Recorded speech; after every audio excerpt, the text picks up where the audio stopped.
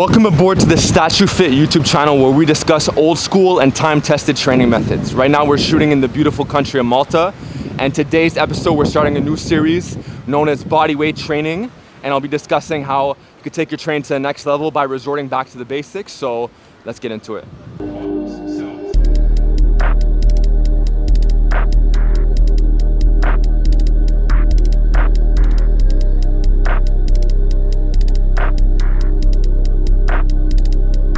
I think in today's day and age, with all the brand new information we have, brand new pieces of equipment, that people will be in the best shapes of their lives.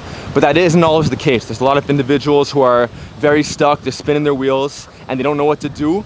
A good rule of thumb is to take it back to the basics. So for centuries on end, people have been getting crazy results with bodyweight training. They've been doing, for example, in the Navy, in the Marines, in prison. There's all these different walks of life where individuals have been getting more muscular, getting a lot stronger. And if you're not seeing the results you really want, take it back to the basics, but make the form a lot stricter. So today's episode, I'll be discussing pull-ups, push-ups, and dips, and how you want to reset your technique on how to get a lot more out of them as much as possible without even adding weight just yet. The weight is going to come later, but right now we're focused on range of motion, execution, and flawless form. So if you're doing a pull-up, granted, if you could actually do pull-ups, if you can't, I have videos dropping on the best progressions to do so.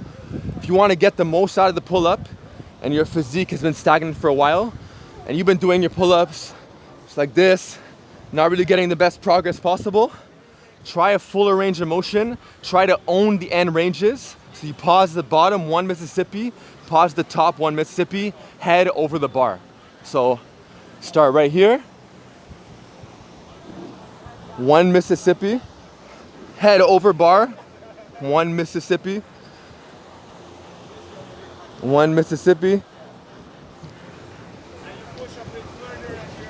So these ISO holds, the pause reps, I personally call them statue reps because you literally look like a statue at the top, statue at the bottom. It's a timeless way of training that has stood the test of time.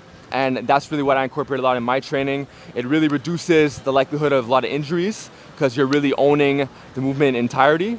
And that's basically why I like doing the pull-ups in this fashion.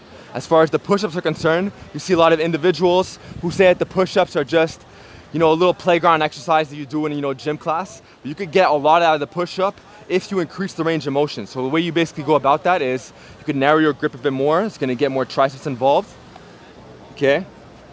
And as opposed to shrugging like so and staying retracted the whole time, you could actually reach right here to get more serratus involvement and a larger range of motion with this more narrow grip.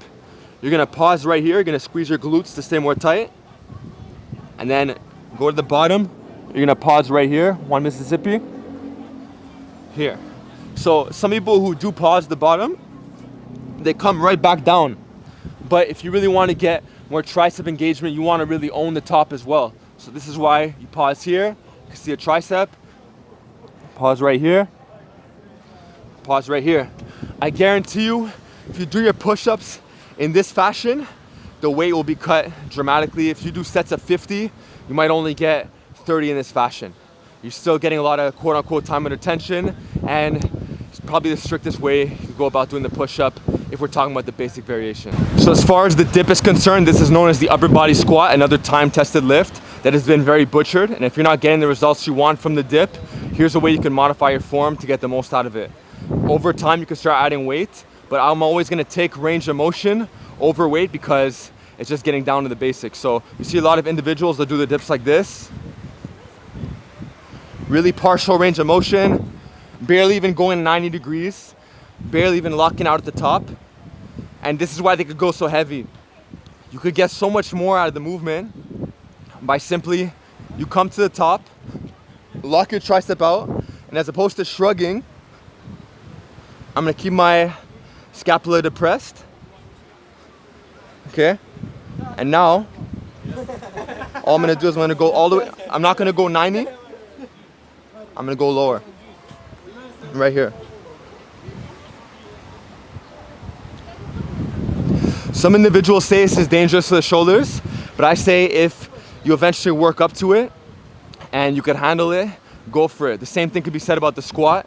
Some individuals, all they really have access to is 90 degrees or parallel to the ground. Some individuals could go all the way down. And when it comes to the upper body squat, the same rules apply.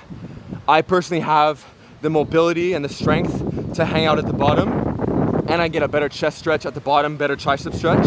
So that's basically what I go with. So to show you guys again, up here, right here.